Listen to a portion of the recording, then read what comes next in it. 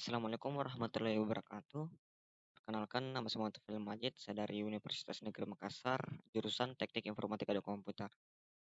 Pada kesempatan ini, saya akan sedikit menjelaskan mengenai skenario pengiriman data dari laptop ke PC desktop menggunakan model 7 si layar. Tanpa basa-basi, saya akan langsung ke pembahasannya. Nah, di sini tuh terdapat 7 layar. Saya akan mulai dari lapisan yang paling atas, yaitu layar application. Lapisan yang akan berinteraksi langsung dengan aplikasi. Jadi bisa dikatakan application ini adalah interface dari 7 auxiliary ini. Dia itu bukan hanya berinteraksi langsung dengan aplikasi, namun juga dia akan memberikan beberapa layanan kepada si pengguna. Contoh beberapa layanan itu yang kita gunakan dalam pengiriman data, yaitu FTP dan MVS. Namun kalau MVS itu digunakan pada model TCP/IP. Kita lanjut ke layar selanjutnya, yaitu presentation. Apps ini berfungsi untuk mengkonversi data ke dalam bentuk yang dapat ditransmisikan. Nah, sebelum data dikirim, terlebih dahulu kita perlu mengkonversinya ke dalam bentuk yang dapat ditransmisikan. Bentuk yang dapat ditransmisikan itu adalah bilangan biner, yaitu 0 dan 1. Selanjutnya, yaitu session. Session ini berfungsi untuk mendefinisikan bagaimana sebuah koneksi dapat dibuat, dikelola, dan dikembangkan. Jadi, session ini berfungsi untuk membuat sebuah koneksi antar perangkat, lalu ia akan mengelolanya. Seperti dia akan memutuskan apakah, koneksi tersebut apakah harus dipertahankan atau dihancurkan, seperti itu. Lanjut ke sesi layar selanjutnya, yaitu transport. Transport layar mempunyai fungsi untuk memecah data menjadi paket-paket data, serta memberikan nomor urut untuk setiap paketnya sehingga nantinya dapat diusung kembali saat sampai pada tujuan.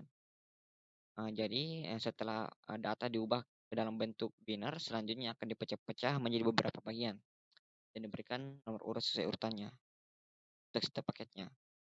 Ada beberapa alasan mengapa kita perlu memecah data-data paket tersebut.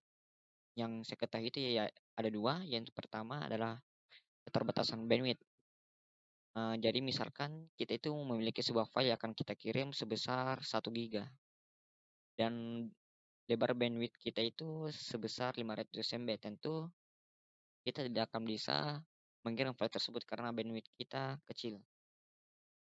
Nah, untuk mengatasi hal tersebut kita perlu memecah-becah paket tersebut. Dengan memecah-becah paket tersebut, ke dalam beberapa bagian akan bisa dibawa oleh bandwidth.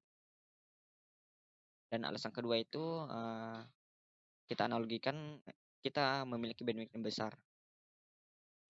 besar dan file yang kita kirim itu sudah bisa dikirim. Ya pas size-nya itu ya bisa kita, eee, ana ya sebesar 1 giga lah file yang kita kirim. Nah, jika terjadi kerusakan maka kita harus me mengirim kembali ulang file tersebut. Nah, dengan memecah-pecah paket data tersebut, nah jika ada kerusakan kita hanya perlu mencari bagian mana yang rusak lalu merequest kembali kepada si pengirim. Ya, kurang lebih seperti itu. Lanjut, network. Di sini terjadi routing, pendefinisian IP, serta pembuatan header kepada file yang kita kirim. Jadi sederhananya, network ini akan memberikan sebuah alamat destinasi kepada paket data serta memberikan, rute agar bisa sampai pada tujuan. Ya, sederhananya seperti itu. Selanjutnya, layar selanjutnya itu data link. Data link ini bertugas untuk menentukan pengamatan hardware, koreksi kesalahan, dan flow control. Jadi ya bisa dikatakan data link ini akan memeriksa paket-paket data tersebut jika dan mengoreksinya apakah ada kesalahan atau tidak, apakah ada kerusakan atau tidak. Dan juga pada layar ini data akan dipecah menjadi beberapa frame, lalu akan dibawa ke layar fisikal. Nah, inilah physical layer. Lapisan ini mendefinisikan media transmisi jaringan ke dalam bentuk fisik. Bit data pada frame akan dikonversi menjadi sinyal digital agar dapat ditransmisikan melalui media transmisi. Nah, data-data yang telah dipecah menjadi beberapa frame tadi selanjutnya akan dikonversi menjadi bit data, bit atau 0 dan 1. agar dapat ditransmisikan melalui media transmisi. Nah, setelah melewati physical layer ini data akan dikirim ke penerima. Nah, pada komputer ke penerima, alurnya itu akan terbalik.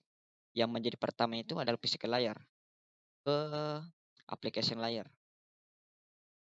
Mungkin itu dari penjelasan saya. Mohon maaf jika masih kurang jelas atau masih banyak beberapa kekurangan. Sekian dari saya. Assalamualaikum warahmatullahi wabarakatuh.